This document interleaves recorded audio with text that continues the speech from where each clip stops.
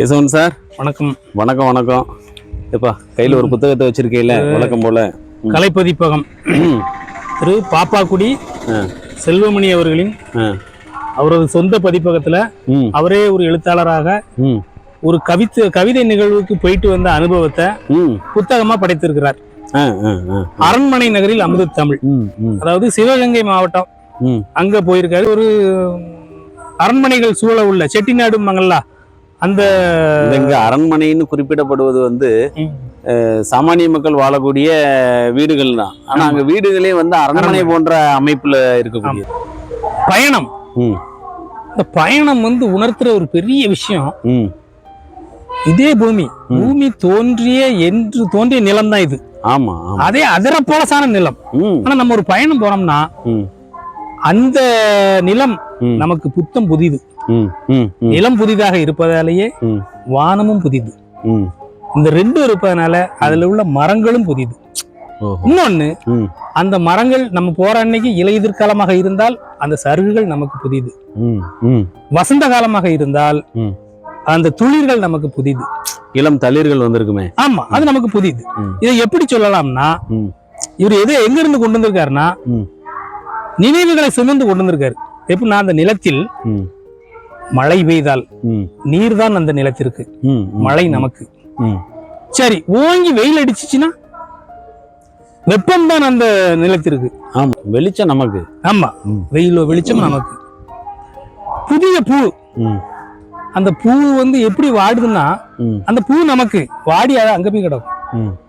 அதை விட ஒரு பயணத்துல அறை எடுத்து தங்குவீங்கன்னு வைங்களேன், வாடகையை கொடுத்து சாவியை ஒப்படைச்சிட்டு வரும்போது நம்ம கூட வர்ற அந்த அறைக்கு வேற யாரு வந்து வாடகை வசூலிப்பா?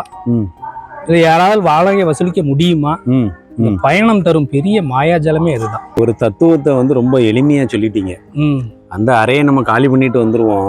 அந்த இடத்தை விட்டு நகர்ந்தாலும் அந்த அறையின் நினைவுகளை நாம வந்து நம்மளோட தூக்கி செல்வோம் அப்படிங்கிறீங்க. ஆமா, அதை விட பயணத்துல இன்னும் என்ன தெரியுமா, இந்த ரீங்கரிக்கும் இசையும் அந்த மனிதர்களோட சேர்ந்துருவாங்க.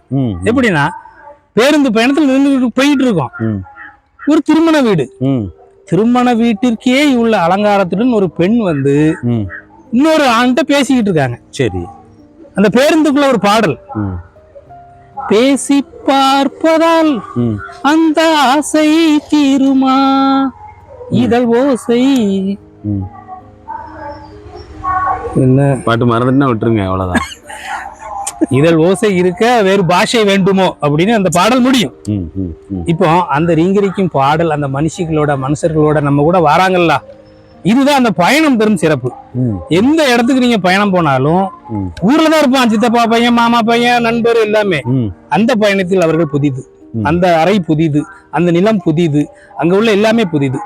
இந்த நூல்ல அவரு அங்க உள்ள அரண்மனைகள்ல உள்ள அமுத தமிழ அவரு இந்த ரூமை களவான்ட்டு வந்த மாதிரி, அறையை களவான்ட்டு வந்த மாதிரி, அறை கூட வந்த மாதிரி இவரு கூட இந்த தமிழ் வந்திருக்கு, இந்த நகரம் வந்திருக்கு. இதை வாங்கி எல்லாரும் படிக்கணுங்கிறது தான். இந்த அதாவது பாப்பாக்குடி செல்வமணி ஒரு முன்னாள் ஆசிரியர், இந்நாள் பதிப்பகம் துவங்கி கலை பதிப்பகத்தின் பதிப்பாசிரியர்.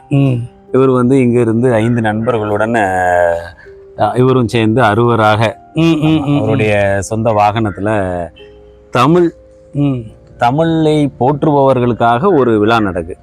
ஒவ்வொரு கவிஞர்களும் ஒரு கவிதை பாடி ஒரு மரத்தை நடக்கூடிய ஒரு விழாவை வந்து அங்க உள்ள ஒரு கல்லூரியின் தாளாளர் வந்து ஏற்பாடு பண்ணியிருக்கிறாரு. அதுக்காக அங்க போறாரு.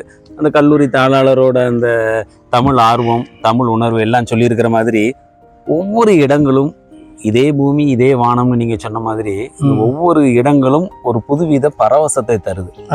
அவர் கூட அந்த புத்தகத்தின் ஆசிரியர் என்ன சொல்லியிருக்கிறாருன்னா, நான் முதலாக அந்த காரைக்குடிக்கு என்னுடைய 61வது அகவையில் செல்கிறேன்.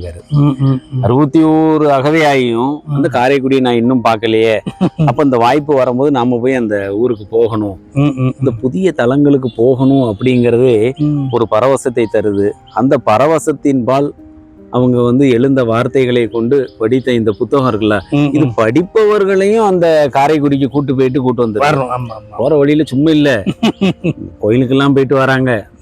ஆமா, அந்த கோயிலுக்கு போயிட்டு வர விஷயங்களை கூட வரலாற்றோடும் அந்த தொன்மையோடும் பழமையான தகவல்களை இணைத்து தந்திருக்கக்கூடிய அந்த பாங்கு இருக்குல்ல, அது இந்த புத்தகத்தின் அட்டையை போல் ரொம்ப பிரகாசமா இருக்கு. ஆமா, எல்லாரும் வாங்கி படிக்கணும். அந்த அமுத தமிழ் அப்படிங்கிற ஒரு விஷயம் வந்து பொதுவாக அந்த தமிழின்பால் அன்பு கொண்டவர்கள் வந்து எங்க போனாலும் வந்து திரும்பியும் அந்த மொழியில தான் வந்து நிற்பாங்க.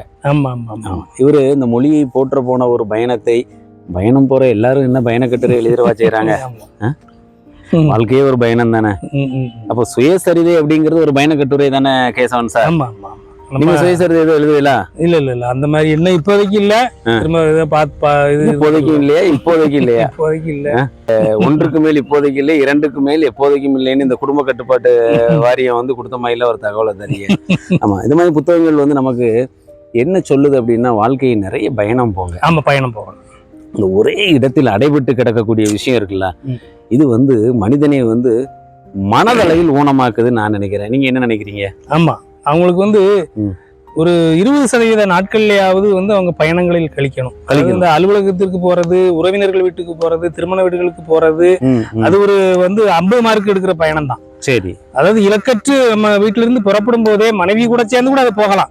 எங்கேயாவது போய் 2-3 நாள் கழித்து வரக்கூடிய பயணங்கள் இருக்குல்ல, அது உங்களுக்கு புதிய வானத்தை, புதிய நிலவெளியை, புதிய மனிதர்களை, புதிய இந்த எண்ண திறப்புகளை, புதிய அனுபவத்தை, அந்த அனுபவத்தை தருது கேசவன் சார். அது போக இந்த புத்தகத்தில் வந்து இந்த நண்பர்களுடைய உணர்வுகள் வந்து சொல்லப்பட்டிருக்கு.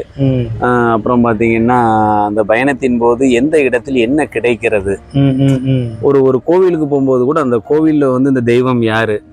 ஆமா, அப்போ பிள்ளையார்பட்டி கோயிலுக்கு போறாங்க. அப்ப நாம என்ன நினைப்போம்? பிள்ளையார்பட்டினா பிள்ளையார் தான் பிரதான தெய்வம், அந்த கோயில் பிள்ளையாருக்கான கோவில் நினைப்போம். ஆனா சிவன் கோயிலுங்கிறத சொல்றாரு. ஆனால் சொல்லும் இவர் ஒரு ஆத்திகவாதி இல்லை. சரி. ஆமா, அதாவது நீங்க உங்களை அடையாளப்படுத்தி கொண்டு நான் அந்த அடையாளத்தின் பால் தான் எழுதுவேன், அது தொடர்பானதான் எழுதுவேன், நான் ஒரு சித்தாந்தத்தை ஏற்றுக்கொண்டேன், அந்த சித்தாந்தத்தின் பால் ஈர்க்கப்பட்டு நான் அதை மட்டும்தான் வெளிப்படுத்துவேன் இல்லாம தான் உடன்படாத விஷயங்களை கூட இந்த வாசகர்கள் வந்து பயன்பெற வேண்டும், வாசகர்கள் வந்து அந்த பரவசம் கொள்ள வேண்டும், பலதரப்பட்ட வாசகர்களையும் அது ஈர்க்க வேண்டும்ங்கிற ஒரு உணர்வோடு எழுதியிருக்காரு. இதுல அந்த முதல் பக்கம் காந்திமதி வேலன் வாரன்னு சொல்லிட்டு வரலங்கதையும் எழுதியிருக்காரு. இது போன்ற புத்தகங்கள் வந்து படிக்கும்போது தரும் பரவசத்தை விட பயணம் செல்வோர் எல்லோரையும் எழுத தூண்டும்ங்கிறது தான் அந்த பதிப்பாசிரியரோட நோக்கமாகவும் அவருடைய ஒரு சித்தாந்தமாகவும் இருக்கு. சரியா, இந்த புத்தகத்தை நாம படிச்சாச்சு. இதை படித்து பயன்பெற மேலும் நண்பர்களுக்கு இதை வழங்குவோம் அப்படிங்கிற உறுதி கொண்டு நிறைவு செஞ்சுக்குவோம். ஆமா, ரொம்ப சிறப்பு கேசவன் சார், நன்றி. ஆமா.